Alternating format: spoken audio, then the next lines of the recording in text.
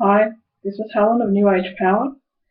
Today I'm going to go into a little lecture about what I think psychology really is.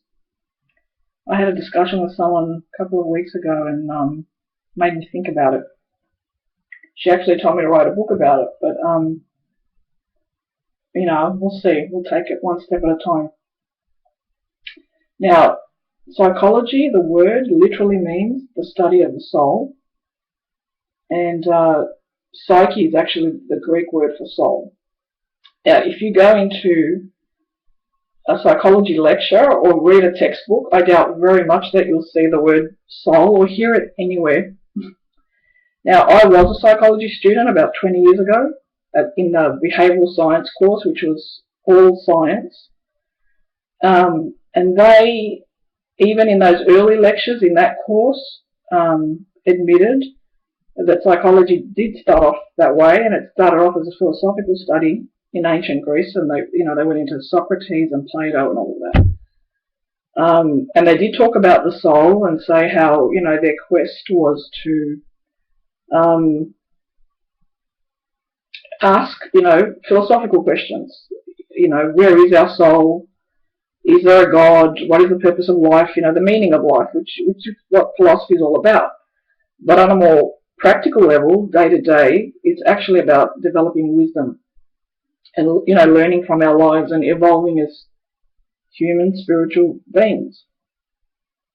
Now this got lost in, I would say, middle of last century when science took over psychology, and the scientific method itself really has no place in psychology. It has no place in the study of the soul or the study of human behaviour, because we are complicated, multifaceted, multidimensional beings.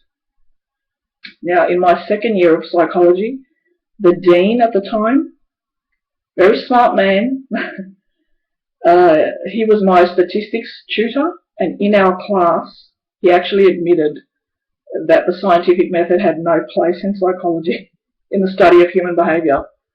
Now, at the time, that course at the university that I attended was the most prestigious psychology course in the country, and he was the head of it, and he was telling us that this is bogus. What you're doing is bogus, and that psychology, actually, to get back to its roots and to get real again, actually needs to go back to being a philosophical study where people observe other people's behaviour and then interpret that, and even their own, analyse themselves and kind of figure out what life is all about and how to deal with challenges and all of that.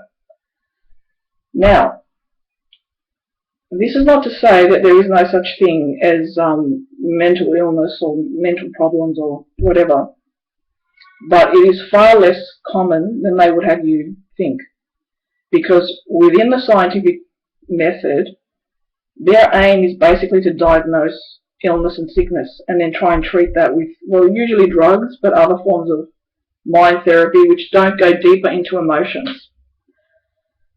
I don't remember in the a little over 2 years that I was in psychology, I don't ever remember them talking about emotions.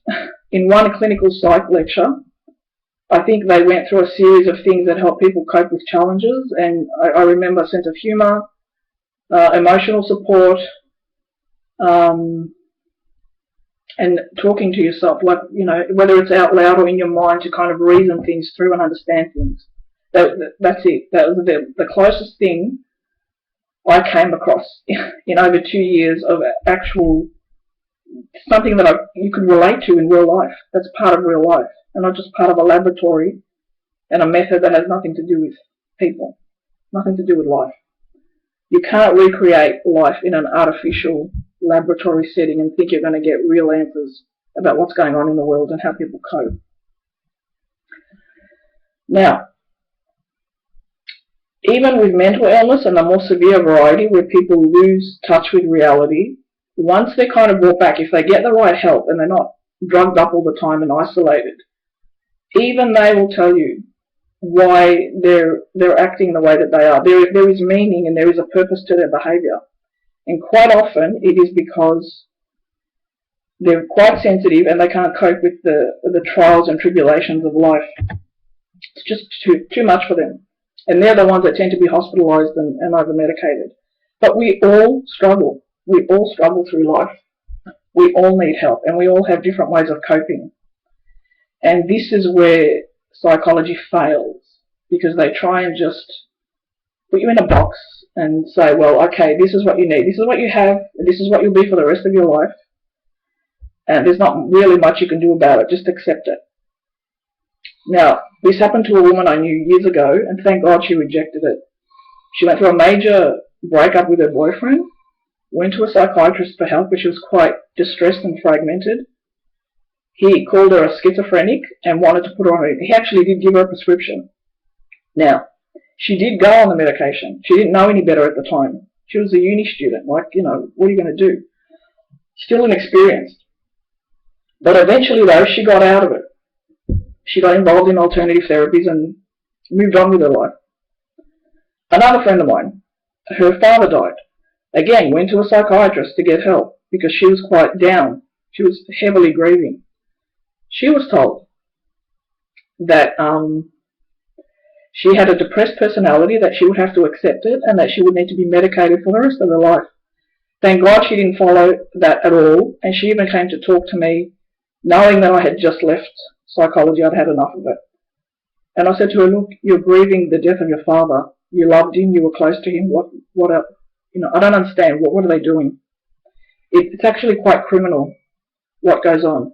Now, this is not to say that there aren't really good psychologists and psychiatrists out there. I had one actually at university who, instead of labeling me a psychologist, she went and did some research to find out where it was that I was coming from, because she didn't understand what it was like to be sexually abused. And she didn't put me in any boxes. She didn't tell me to go on medication. She didn't do any of that. She came at it from a perspective of someone who is compassionate and actually willing to learn more about life and what it takes to cope with challenges. And the research she did involved reading other people's real-life accounts of survival and what it was that they went through. She didn't go back to textbooks or talk to any of the other lecturers because she knew she wasn't going to get anything from them. So, think about this. Every day as you go about your life, coping with challenges, relating with people, processing your own emotions, whatever it is, stress, dealing with stuff, every day you are practicing psychology. Every day you are involved in the development and the study of your own soul. And the sooner the academic version of that gets back to that reality, the better.